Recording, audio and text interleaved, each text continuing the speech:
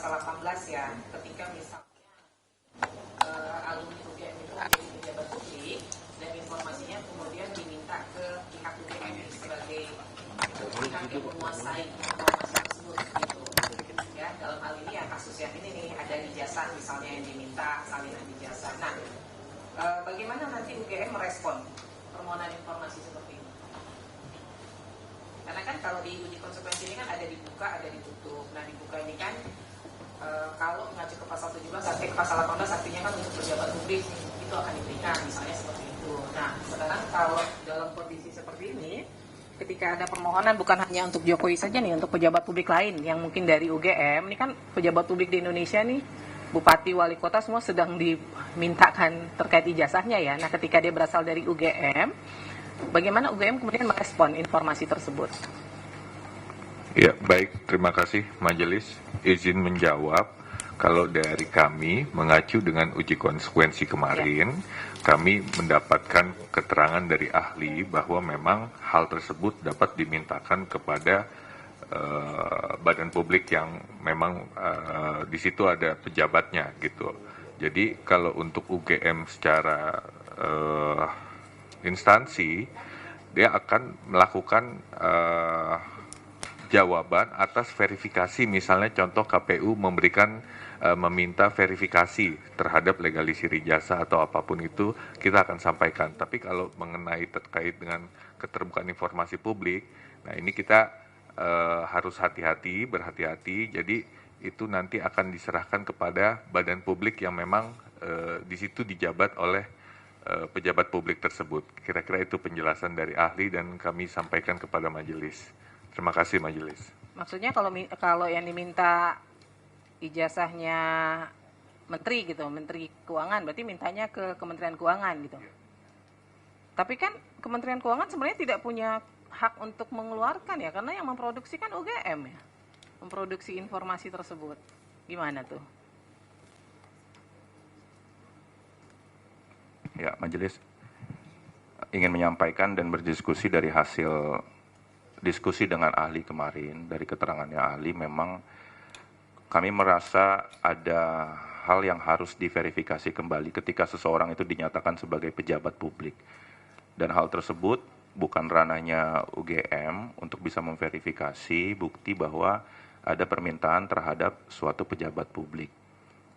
Kalau dikaitkan dengan permohonan akuo, memang tidak disebutkan yang bersangkutan pejabat publik di mana dan lain-lain. Justru itu bisa menimbulkan UGM bukan sebagai verifikator apakah seseorang itu pejabat publik atau tidak. Oleh ahli yang diketahui bahwa UGM betul yang mengeluarkan ijazah dan lain-lain, tetapi itu kembali merujuk kepada kepemilikan pada saat yang bersangkutan menjadi mahasiswa dan lulus dari Universitas Gadjah Mada. Seperti itu majelis.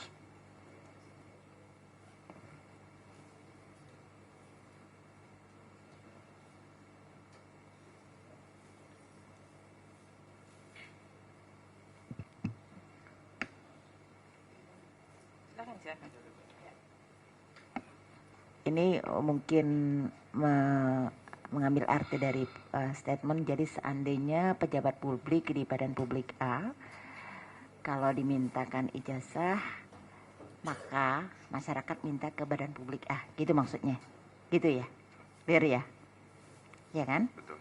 Artinya kalau untuk UGM dalam arti ini tidak membedakan kalau itu pejabat publik atau tidak, karena pada saat itu beliau adalah siapapun itu masih dalam status mahasiswa. Kemudian kedua, kalaupun dimintakan verifikasinya dalam arti badan publik yang akan memperkerjakan alumninya untuk menjadi pejabat publik, begitu ya? Betul.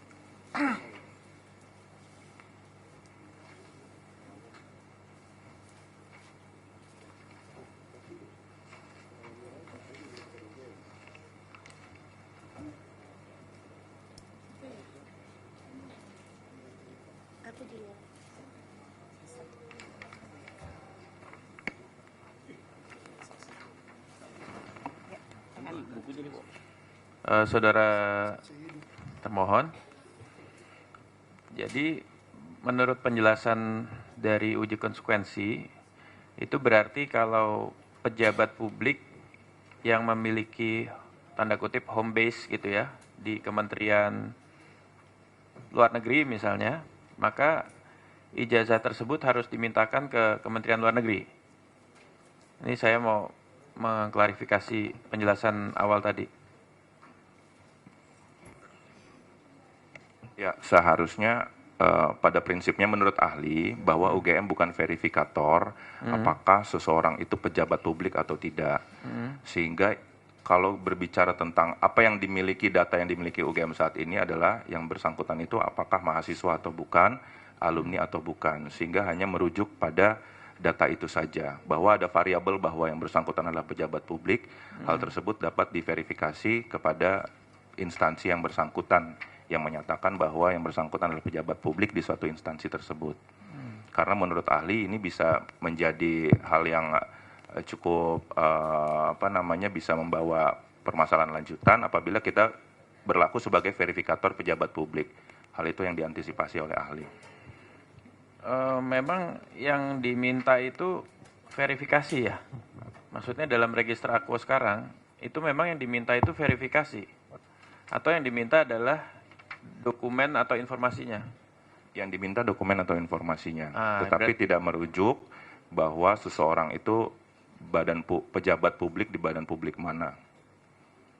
Iya, jadi ketika data itu yang dimintakan hanya data tersebut, variabel yang kami miliki adalah apakah yang bersangkutan betul mahasiswa di kampus tersebut, apakah betul lulusan dari kampus tersebut. Itu variabel yang kita miliki.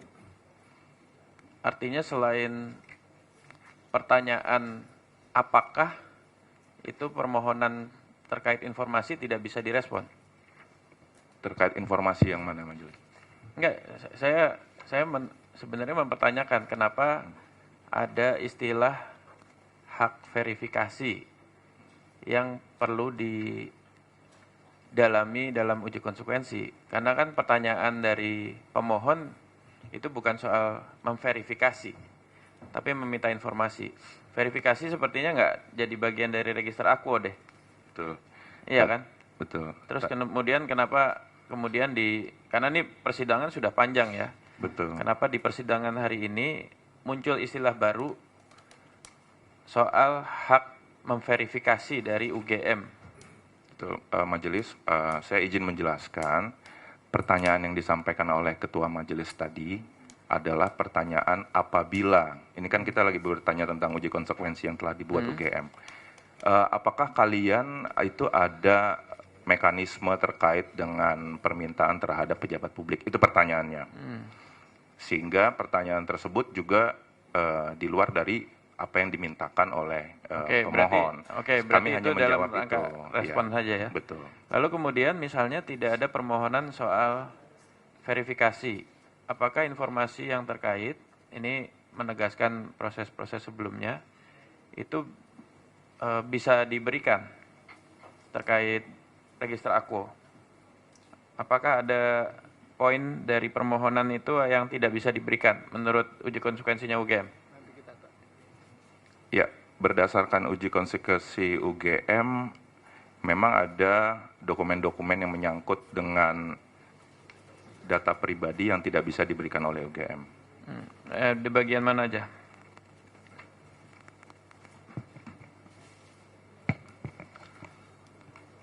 Untuk bagian dokumen-dokumen yang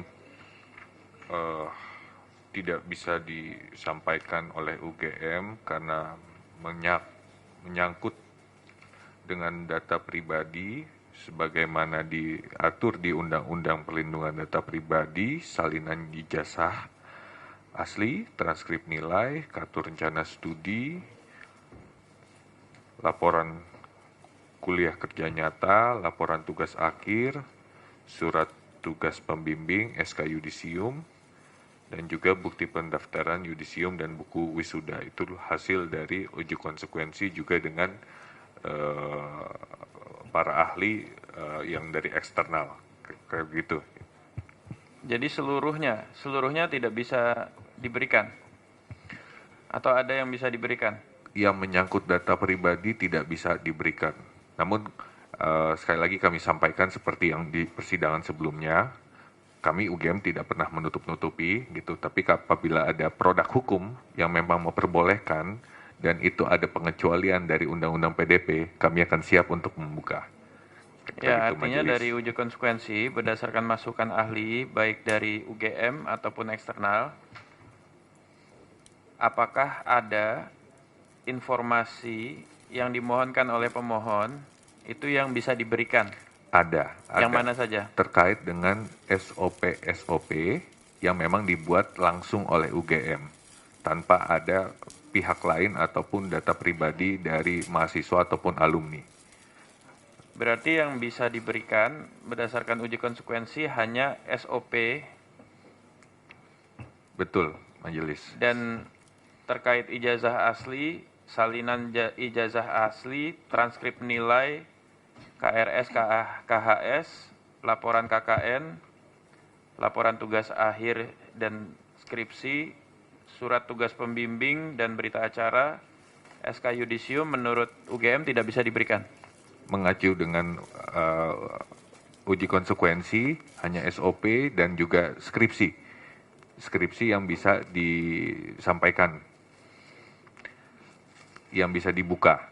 Salinan ijazah juga tidak bisa diberikan. Salinan ijazah karena mengacu dengan data pribadi dari mahasiswa atau alumni itu berdasarkan uji konsekuensi tertutup. Kita dinyatakan tertutup. Ini kok kayak mundur lagi ya, proses kita jadi seperti nol lagi gitu.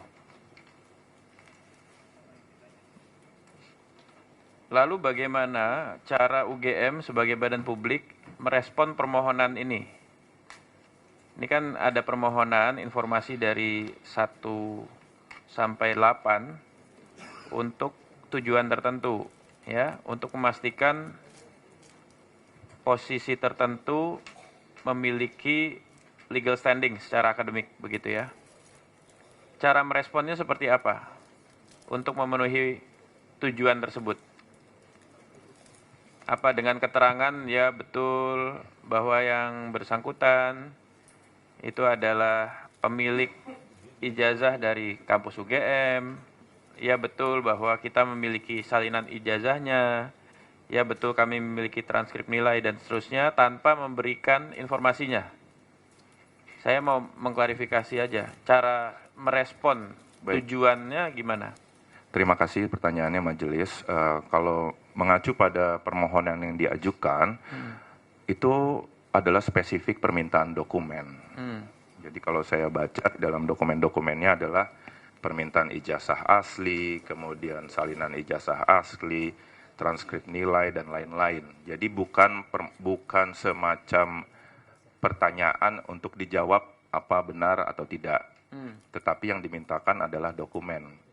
Sehingga saya membaca apa yang disampaikan oleh PPID dengan salinan jawaban dan lain-lain, dengan perkembangan di persidangan ini, dengan adanya uji konsekuensi juga, arahan dari majelis agar lebih terbuka dengan umum, kita hadirkan ahli dari luar dan lain-lain, akhirnya kami semakin mantap bahwa kalau yang dimintakan adalah sesuai dengan dokumen ini, maka ada uji konsekuensi yang menyatakan bahwa itu adalah dokumen tertutup.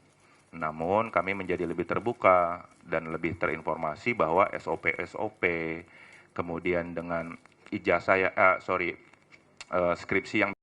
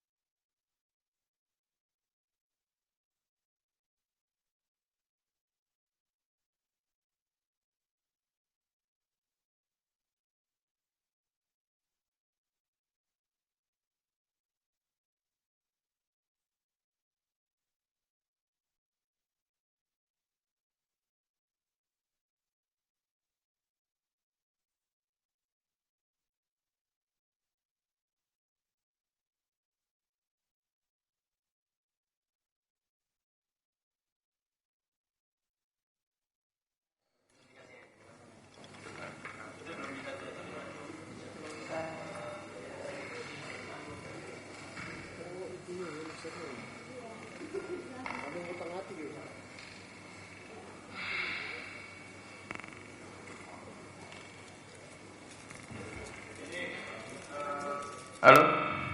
Terima kasih. Pihak termohon, mohon maaf, ada nggak yang baru datang hari ini sidang di antara yang hadir? Ya, ini betul-betul setback ya. Setback itu betul-betul riset dari nol, gitu.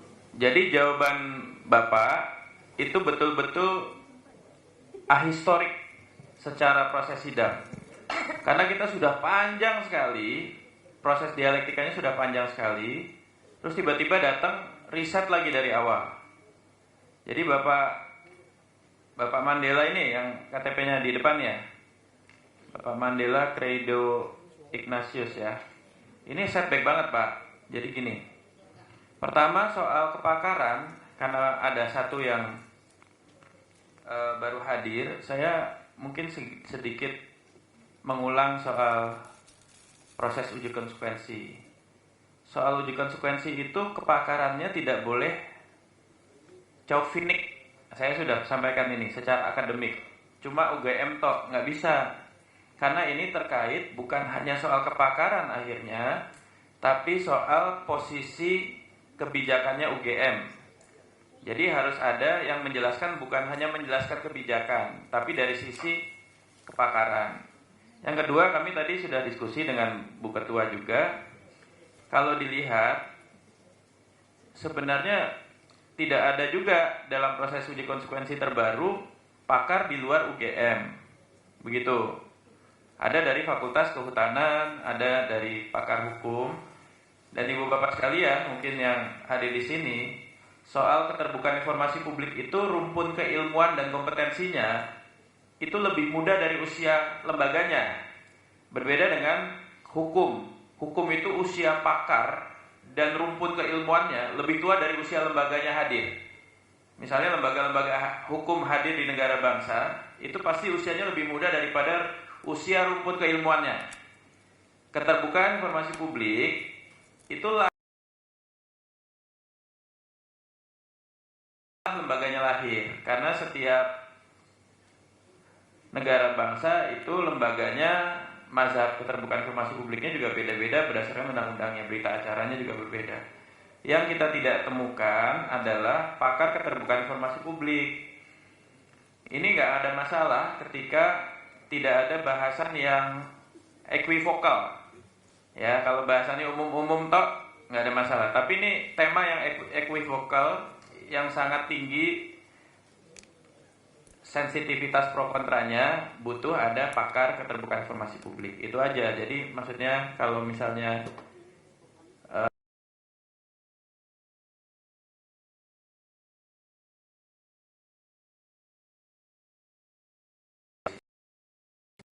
semakin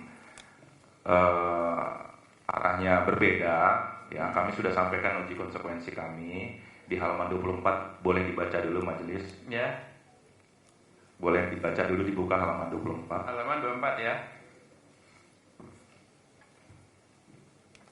Bahwa kami sudah mengajukan uji konsekuensi bersama dengan ahli-ahli sebagaimana yang majelis telah sampaikan. Terkait dengan permintaan majelis itu menjadi concern ini. Profesor Dr. Mahi Hikmat, beliau adalah guru besar komunikasi politik di. Ya, makanya saya bilang, nih ya, saya ngerti. Tapi yang majelis sampaikan tadi bahwa kita tidak mengundang ahli dari luar, itu sudah terbantahkan dengan yang ada di halaman 24. Kami menyampaikan bahwa di situ ada komunikasi politik, ada pakar hukum perlindungan data pribadi Wahyudi Jafar, ya. Salah satu yang juga menyusun perki juga, salah satu juga yang membuat rancangan dari undang-undang informasi publik. Kemudian ada Bapak Darmanto, adalah pakar bidang informasi publik. Saya pikir ini sudah memenuhi. Saya mau tanya, ini Darmanto SPD, pakar informasi publik ini, saya melihat di latarnya dia, saya tidak melihat dia pakar informasi publik ya, yang dari BRIN. Dia sebelumnya Bappenas, kemudian di BRIN dia riset kebijakan. Saya tadi memang Bapak sudah baca nih nomor 24 nih. Ya, tapi majelis tadi menyampaikan bahwa tidak ada. Anggota majelis menyampaikan bahwa tidak ada. Saya akan sampaikan usia soal keterbukaan informasi dari lembaganya. Dan kami tahu siapa saja pakar keterbukaan informasi publik. Jadi kalau saudara bilang di sini ada guru besar komunikasi politik, betul, komunikasi politik bukan keterbukaan informasi publik. Tadi Ibu Ketua juga menyambung sedikit bidang informasi publik. Kita juga tahu mana pakar mana bukan. Jadi kita betul-betul ingin melihat sebenarnya aspek keterbukaan informasi publiknya sehingga dia balance dengan perlindungan data pribadi sehingga tidak setback. Ini panjang sekali prosesnya, saudara baru hadir di sini, dan ini jadi riset. Ada beberapa logika yang mungkin secara histori juga saudara tidak ikuti gitu. Majelis, saya sudah ada di kuasa dari sebelumnya, dan presiden sebelumnya saya sudah mengikuti. Bahwa yang hadir di sini adalah tim kami, kalau itu dari segi logika kuasa dan undang-undang juga sudah diperbolehkan, artinya tidak ada setback ke belakang. Saya mengikuti setiap kata per kata yang majelis juga sampaikan dalam berarti yang setback bukan historinya, yang setback itu argumennya. Ya, itu apa yang bisa majelis sampaikan. Tetapi yang dimintakan adalah uji konsekuensi dengan ahli di luar dari kepakaran UGM sudah kami terapkan. Sehingga menurut dengan undang-undang dan aturan kami telah comply. Adalah apa pertimbangan majelis terhadap uji konsekuensi tersebut kami serahkan kembali kepada majelis. Kami hanya minta hukum acara ditegakkan di sini. Kami sudah sampaikan inilah draft, uji konsekuensi sehingga nanti bisa diperhatikan seperti apa. Tetapi saya rasa ranah permohonan ini bukan ranahnya untuk membolak-balik uji konsekuensi dari UGM punya. Karena di dalam aturan juga uji konsekuensi itulah adalah hak kita. Apapun yang ada di dalamnya, kepakaran siapapun yang ada di dalamnya, itu adalah pertimbangan dari UGM. Ya, jadi gini, uji konsekuensi itu kan munculnya dari majelis, permintaannya. Kenapa ada permintaan uji konsekuensi ulang waktu itu? Karena ada fakta persidangan, ada dialektika yang ada di fakta persidangan. Kalau tidak menjadi pertimbangan apa yang jadi fakta persidangan dialektikanya, untuk apa ada uji konsekuensi ulang? Gitu loh. Jadi uji konsekuensi ulang itu bukan tanpa preteks sebelumnya. Dia ada dialektika sebelumnya. Dan itu sudah ada proses terbuka dan tertutupnya. Saya rasa kita pernah ada proses tertutupnya ya. Kita udah ada diskusinya nih. Jadi ini soal bahasa mudahnya, lalu untuk apa sebelum-sebelumnya kita berdialektika? Bahkan kita menghormati, majelis itu menghormati karena ada dialektika tertutupnya. Ada hal-hal yang kita hormati marwahnya ya. Ada pikiran-pikiran yang kita jaga juga. Terus untuk apa semua itu? Bahasa saya gitu loh. Kan kita juga udah menghormati, kan nggak semuanya kita pasang mic gitu. Iya kan? Ini tolong dipahami. Terus kok nggak ada pikiran-pikiran itu yang sifatnya menjejek gitu loh. Nggak ada perkembangan. Jadi kemarin itu sebagai gambaran, kita sudah sampai pada proses bahwa lapan ini bukan dilihat sebagai satu dokumen utuh, tapi dia sebagai kumpulan informasi. Ada yang bisa diperlihatkan di bagian-bagian tertentu yang perlindungan data pribadi itu dikecualikan. Ini yang saya maksud kok setback sekali seperti biner gitu. Oposisi biner tuh zero sum. Kalau nggak dibuka ya ditutup semuanya. Ini kok jauh banget gitu. Dan pakar-pakar nyun sewu ya, nyun sewu banget, nyun ngapunten. Pakar-pakar perlindungan data pribadinya juga, ini pasti nggak ngelihat record sebelumnya dan nggak diceritakan prosesnya. Karena kalau dia betul-betul teliti, yang diambil itu informasinya. Kita itu undang-undang keterbukaan informasi publik, bukan keterbukaan dokumen publik. Kita nggak minta buka semuanya. Dan kita nggak minta tutup semuanya juga. Ini kok jadi kan tingkat kerumitan ya, kompleksitas kebijakan itu yang kita cari gitu loh. Kompleksitas itu maksudnya ada detailnya. Saya nggak mau berdebat lagi ya. Tapi ini saya menyesalkan sekali. Harusnya ada yang progres ya. Ini 1 2 3 4 5 6 7 8 yang mana informasi yang ditutup. Bukan lagi ngomongin dokumen. Itu aja sih ya. Jadi ini sangat disayangkan lah, kita udah lewat tahun baru, kita sudah jalani proses tertutup, Pak. Artinya di proses tertutup kita juga menjaga marwah, nggak semuanya kita harus pasang open mic ini. Ya, itu aja Bu Ketua. Baik. Sebenarnya uji konsekuensi ini kan, saya nggak tahu UGM ini kan kenapa kita melakukan uji konsekuensi ulang. Yang pertama karena pada persidangan yang sebelumnya uji konsekuensinya menjurus ke person, ya kan? Sementara harus berlaku umum. Yang kedua, undang-undang KIP itu lex spesialis. Meskipun ada undang-undang PDP atau lainnya, ya tetap harus mengacu ke undang-undang KIP karena di pasal 18 jelas itu ada pengecualian untuk pejabat publik. Kemudian yang ketiga, uji konsekuensi itu harus sesuai aturan ketentuan yang dibuat oleh undang-undang KIP. Di situ kan ada jangka waktu ya. Kalau saya lihat di sini kan jangka waktunya masih ini banget ya.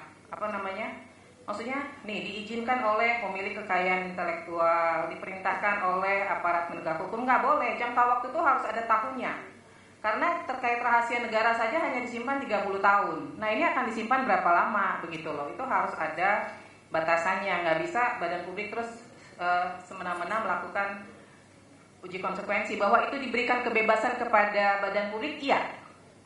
Tapi kemudian sejauh mana informasi tersebut akan dikecualikan, badan publik harus punya pertanggungjawabannya kepada masyarakat gitu ya. Nah uji konsekuensi itulah nanti kami majelis ingin melihat secara detail. Ini contohnya nih ya, ini kan pada persidangan sebelumnya SK Yudisium itu memang dinyatakan sebagai informasi yang dikecualikan. Ini di hasil uji konsekuensinya juga nih. Saya nggak tahu apakah ini juga termasuk. Tetapi kemudian uji konsekuensi ini kan tidak dilakukan berdasarkan pasal 11 dan pasal 18 Undang-Undang KIP ya, pasal 11 junto pasal 18 yang menyatakan bahwa surat keputusan, kebijakan itu informasi terbuka. Kemudian UGM mengecualikan, begitu loh. Maka saya bilang melakukan uji konsekuensi itu nggak bisa berdasarkan badan publik mengatakan ini kami kecualikan. Dasar hukumnya apa begitu? Karena di pasal 11 kan surat keputusan kebijakan itu informasi terbuka loh begitu. Nah apa dasarnya? Makanya saya dari tadi mencari nih apa sih dasarnya kemudian itu dikecualikan, sementara undang-undang KIP sendiri menyatakan itu terbuka begitu loh ya. Tapi oke lah, nanti ini kan tergantung pertimbangan majelis. Kami akan memutus karena majelis diberi kewenangan juga untuk membatalkan hasil uji konsekuensi kalau itu tidak sesuai ya pertimbangan yang dibuat di hasil uji konsekuensi itu. Saya akan mempertegas ini saja sekali lagi ya, karena di persidangan berikutnya kami akan memanggil Polda Metro dan KPU ya terkait dengan waktu persidangan sebelumnya kan saya menanyakan terkait dengan permintaan verifikasi ya. Kemudian dari UGM menyatakan tidak ditemukan baik di fakultas ya. Nah kami akan melakukan cross check ke penyelenggara pemilu apakah memang mereka mengirimkan surat untuk permintaan verifikasi. Kalau nggak ada ya berarti memang nggak ada dokumennya di UGM kan, gitu ya. Nah tapi saya akan mempertegas dulu terkait permohonan pertama, ijazah asli ini memang tidak dalam penguasaan UGM ya, karena memang kan di pemiliknya. Nah yang kedua, salinan ijazah asli, ini dinyatakan dikecualikan ya. Transkrip nilai Dikecualikan. Kartu rencana studi Dikecualikan. Kartu hasil studi Dikecualikan. Laporan kuliah kerja nyata Dikecualikan. Laporan tugas akhir Dikecualikan. Terbuka. Mohon maaf. terbuka. Ya. Kemudian surat tugas membimbing berita acara sidang Dikecualikan. SK Yudisium. Dikecualikan karena ada nilainya. Nah, kemudian dokumen terkait pencalonan Joko Widodo sebagai Wali Kota Solo, Gubernur DKI dan Presiden RI. Dokumen terkait permintaan legalisir ijazah dan arsip pertinggal pada setiap pencalonan. Kami tidak menemukan majelis. Tidak ditemukan ya? Ya. Permintaan legalisir ijazah.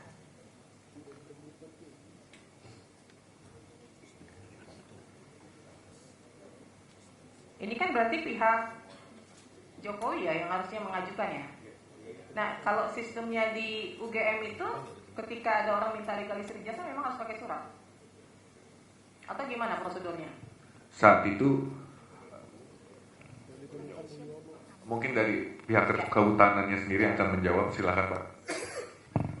Baik, terima kasih. Yang mulia Majelis Hakim, untuk legalisir memang sampai pada periode 2018 itu setiap orang bisa mengajukan langsung ke bagian akademik untuk mendapatkan legalisir dengan cara membawa fotokopi dan menunjukkan salinannya. Kalau waktu itu belum ada, database-nya di kami. Kemudian berdasarkan database itu kita melakukan verifikasi, kemudian di legalisir. Nah, mulai tahun 2012 kita mulai melakukan pencatatan. Jadi yang mengajukan itu akan dicatat dalam Google Form. Begitu. Jadi pada saat itu tidak perlu surat. Tidak perlu ada surat permintaan legalisir. Ijazah asli sama fotokopinya. Ya. Gitu. Kemudian dokumen terkait permintaan verifikasi ini nanti akan kita klarifikasi ya ke KPU RI. Kemudian prosedur dan kebijakan resmi UGM tentang kurikulum yang berlaku, SOP ini waktu itu dalam bentuk apa ya adanya? Buku petunjuk majelis. Terbuka semua ya? Terbuka semua majelis.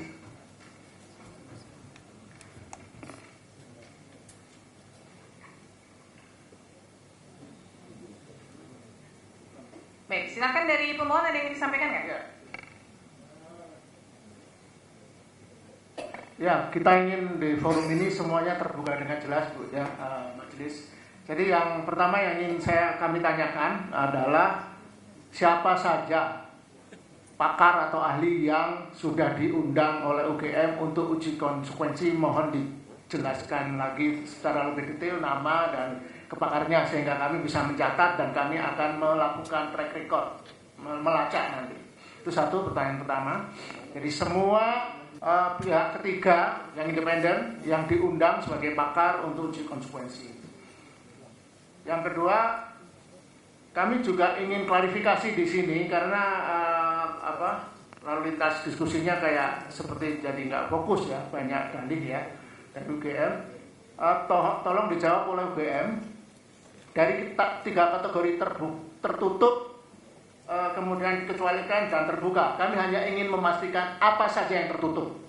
Jadi nanti akan kami yang dikecualikan kan sedang diperdebatkan. Tapi ingin kami yang sudah lewat, yang tertutup apa dan yang terbuka tolong dijelaskan lagi. Dari 20 dokumen yang kami minta kategorinya. Dan yang terakhir, saya sangat setuju dengan penjelasan dari majelis komisioner bahwa sidang ini sangat setback ya, back to square one, kembali ke zero. Karena ada juru bicara baru yang sebelumnya tidak hadir ya dalam 3 sidang sebelumnya. Dan yang agak sangat mengecewakan adalah apakah UGM ini ingin membantu, kan forum ini ingin membantu publik sebenarnya untuk membuka. Kita bukan sedang pro kontra sebenarnya, asli atau palsu dan sebagainya. Tapi kita ingin menguji di sini. Jadi mestinya tidak ada niatan-niatan untuk berdalih. Ya. Jadi kami melihat ada semacam dalih ya dari UGM, misalnya tadi bahwa UGM memastikan bahwa ijazah itu tertutup ya. Kemudian tadi ada perdebatan. Jadi kalau UGM hanya memberikan kepada badan publik, tadi dijelaskan oleh UGM. Apakah begitu?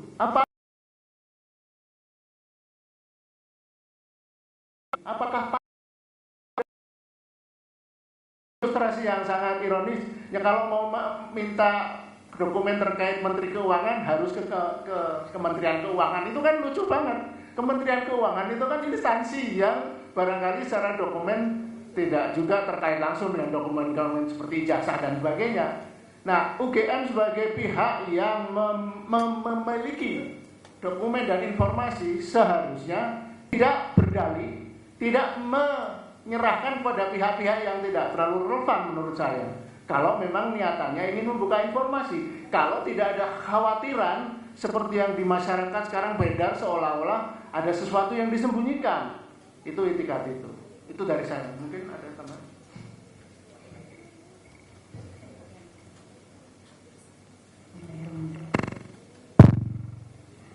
Terima kasih. Kami ingin menegaskan kembali dari persidangan sebelumnya bahwa tim Bon Jovi ini adalah bukan sekedar meminta dokumen. Kami bergerak masalahnya adalah ada versi di masyarakat, udah melewati banyak proses hukum dan tidak sampai sekarang belum ada titik temu, dan bahkan